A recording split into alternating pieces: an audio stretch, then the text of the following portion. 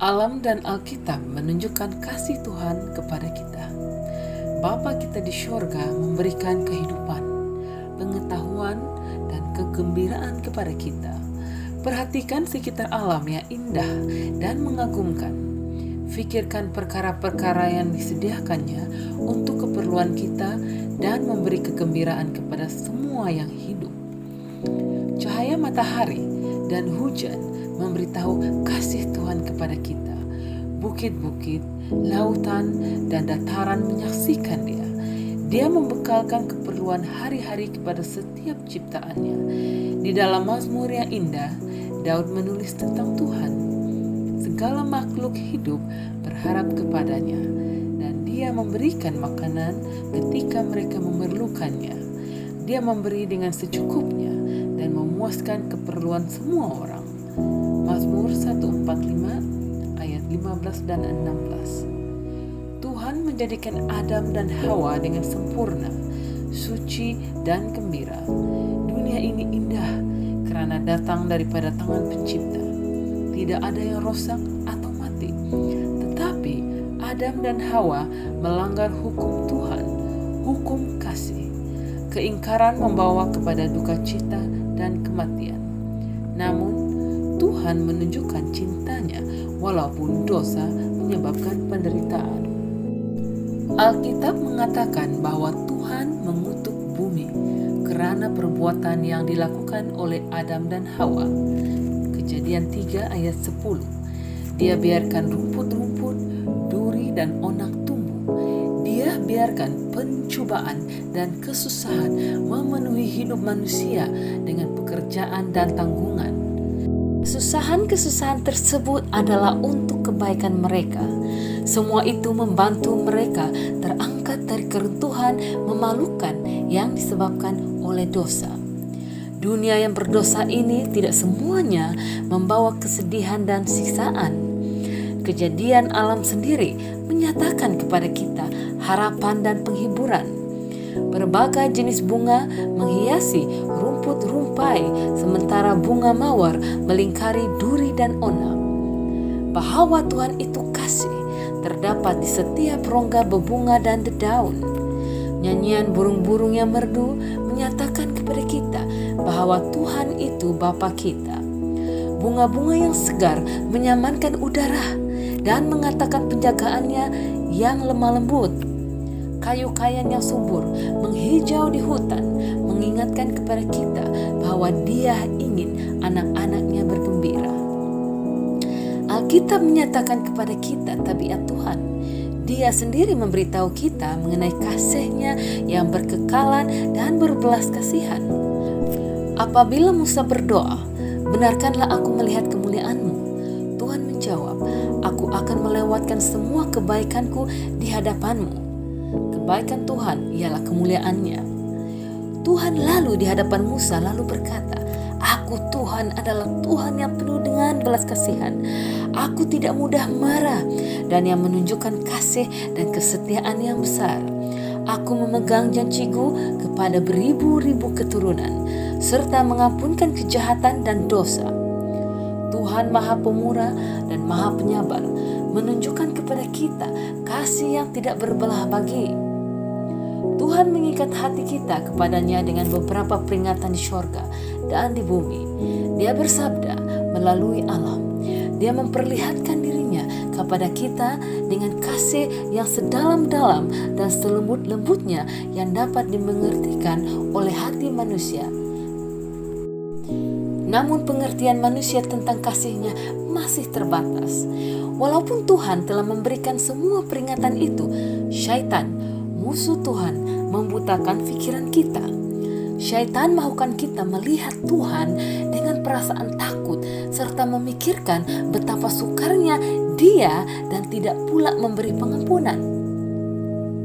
Syaitan coba menjadikan manusia berpikir bahwa Tuhan itu hakim yang bengis tanpa belas kasihan. Syaitan berkata bahwa Pencipta sentiasa memerhati manusia membuat kesalahan supaya Dia boleh menghukum mereka. Yesus telah datang dan tinggal bersama-sama manusia, menunjukkan semua dakwaan syaitan itu adalah palsu. Dia mahukan mereka agar melihat kasih Tuhan yang tidak terhad. Anak Tuhan datang dari syurga demi memperlihatkan Bapa kepada dunia. Tidak seorang pun pernah melihat Tuhan. Anak tunggal itu yang sama dengan Tuhan dan yang berada di sisi Bapa. Dia sahaja yang telah menyatakan Tuhan. Tidak seorang pun yang mengenal anak itu kecuali Bapa, dan tidak seorang pun mengenal Bapa itu kecuali anak. Dan siapa saja yang kepadanya anak itu rela menyatakannya. Salah seorang murid Yesus berkata, "Tunjukkan Bapa kepada kami." Tetapi Yesus menjawab, "Telah sekian lama aku berada dengan kamu semua, masihkah belum engkau kenal aku, Filipus? Barang siapa telah melihat aku, orang itu telah melihat Bapa. Bagaimanakah katamu? Tunjukkanlah Bapa itu kepada kami." Yesus menjelaskan pekerjaannya di dunia ini. Dia berkata, "Roh Tuhan ada padaku. Dia telah melantik aku supaya mengkabarkan berita baik itu kepada orang miskin. Dia mengutus aku supaya mengisytiharkan pembebasan kepada orang-orang tawanan dan kesembuhan bagi orang-orang buta, supaya aku membebaskan orang yang tertindas." Inilah tugasnya. Dia melakukan perbuatan yang baik dengan menyembuhkan mereka yang sakit karena syaitan. Tidak ada tangisan karena penyakit di setiap perkampungan yang Yesus lalui. Semuanya Dia sembuhkan. Pekerjaan Yesus menunjukkan bahwa Dia datang dari syurga. Kasih, belas kasihan dan simpati dipantulkan melalui perbuatan di dalam kehidupannya. Hatinya yang lemah lembut dipenuhi dengan kasih kepada manusia. Anak Tuhan menjadi manusia biasa supaya Dia boleh membantu manusia yang miskin sekalipun serta yang suka merendah diri tidak merasa gentar untuk datang kepadanya. Sedangkan kanak-kanak mau mendekatinya, mereka gemar berada di pangkuannya untuk memandang mukanya yang bertimbang rasa dan penuh kasih. Yesus tidak menyembunyikan kebenaran, melainkan Dia selalu bersabda dengan kasih. Dia selalu berbudi bahasa, baik hati, dan memperhatikan orang lain. Dia tidak pernah berkata kasar dan tidak pernah berlaku bengis walaupun perlu.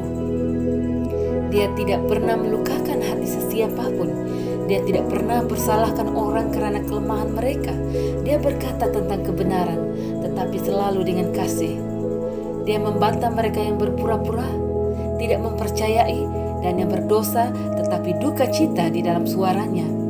Yesus mengalirkan air mata sementara Dia melihat Yerusalem, kota yang dicintainya, kota yang tidak menerima Dia, walaupun Dia adalah jalan, kebenaran, dan kehidupan. Manusia telah menolak penebus mereka, tetapi Dia merenung mereka dengan belas kasihan. Yesus tidak hidup untuk kesenangannya, tetapi Dia memikirkan orang lain. Setiap orang amat berharga di dalam pandangannya. Dia melihat dengan kasih sayang kepada setiap ahli di dalam keluarga Tuhan. Dia melihat mereka sebagai orang-orang yang penuh dengan dosa dan perlu diselamatkan. Kehidupan Yesus di dunia ini menunjukkan tabiatnya. Kehidupannya juga memperlihatkan sifat Tuhan. Kasih syurga bagaikan sungai yang mengalirkan kasih daripada lubuk hati Tuhan kepada kita melalui anaknya. Yesus yang lemah lembut, penebus yang pengasih adalah Tuhan yang tampil dengan rupa manusia. Yesus hidup, sengsara, dan mati untuk keselamatan kita.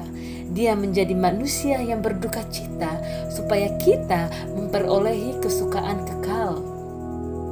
Tuhan rela melepaskan anaknya, meninggalkan kemuliaan syurga dan datang ke dunia yang dirosakkan oleh dosa. Tuhan merelakan Dia datang ke dunia yang gelap dengan bayangan kematian. Tuhan lepaskan anaknya yang berharga, meninggalkan kedudukan mulianya dan penyembahan malaikat syurga. Tuhan relakan Dia menderita, dipermalukan, dihina, dan mati. Tetapi karena hukuman yang ditanggungnya itu, kita sekarang selamat. Karena luka-lukanya, kita sekarang sembuh. Perhatikan Yesus di padang belantara. Perhatikan dia ketika di Getsemani sementara disalibkan. Disitulah anak Tuhan yang sempurna memikul dosa-dosa kita. Dia bersama-sama dengan Tuhan, tetapi di sana dia rasakan dahsyatnya perceraian di antara Tuhan dan manusia karena dosa. Bibirnya terpaksa mengeluarkan tangisan yang begitu pedih. Ya Tuhan, mengapakah Engkau meninggalkan aku? Dia tahu kelemahan yang sangat besar tentang dosa ialah memisahkan manusia berdosa daripada Tuhan. Betapa beratnya dosa itu menghancurkan hatinya. Anak Tuhan tidak menyerahkan hidupnya supaya Tuhan kasihkan kita. Yesus tidak mati supaya Tuhan rela menyelamatkan kita. Tidak.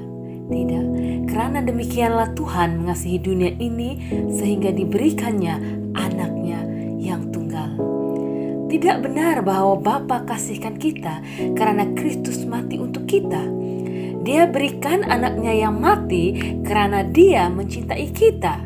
Melalui Kristus, Tuhan curahkan kasih-Nya yang tidak terhingga kepada dunia yang berdosa ini. Tuhan menjadikan sekalian manusia itu sahabat-sahabatnya. Tuhan menderita bersama-sama anaknya. Rasa sakit ketika di Getsemani dan kematian di atas kayu salib, Bapa telah melunaskan bayaran untuk menyelamatkan kita daripada dosa. Yesus berkata, Bapa itu mengasihi aku sebab aku bersedia menyerahkan nyawaku supaya aku boleh menerimanya kembali. Oleh itu, Bapakku mengasihi Anda karena Dia kasihkan aku lebih daripada menyerahkan nyawaku demi menebus Anda. Aku mati menggantikan Anda untuk memikul dosa-dosa Anda. Karena aku lakukan ini, aku lebih dekat kepada Bapakku. Sekarang Tuhan adil dan saksama apabila menyelamatkan orang-orang berdosa yang percaya kepada Yesus. Hanya anak Tuhan yang boleh menebus kita dan menyelamatkan kita daripada dosa. Hanya Dia yang bersatu dengan Bapa dapat menjelaskan kita tentang Tuhan. Hanya Dia yang mengetahui berapa tinggi dan berapa dalamnya kasih Tuhan itu. Hanya dengan pengorbanan Kristus yang maha besar itu untuk kita dapat menerangkan kasih Bapa kepada orang-orang yang berdosa. Demikianlah Tuhan mengasihi dunia ini sehingga diberikannya anaknya yang tunggal. Dia benarkan Yesus tinggal bersama-sama manusia untuk memikul dosa-dosa mereka dan mati untuk mereka. Tuhan menyerahkan anaknya kepada dunia ini. Kristus dapat mengetahui bagaimana perasaan serta apakah kehendak kita. Dia bersama-sama dengan Tuhan, tetapi Dia menjadi salah satu daripada kita dan akan sentiasa bersama-sama kita. Yesus tidak malu mengaku mereka itu saudara-saudaranya. Yesus Kristus ialah korban bakaran kita. Dia membela kita. Dia adalah saudara kita, berdiri selaku manusia di hadapan takhta Bapanya.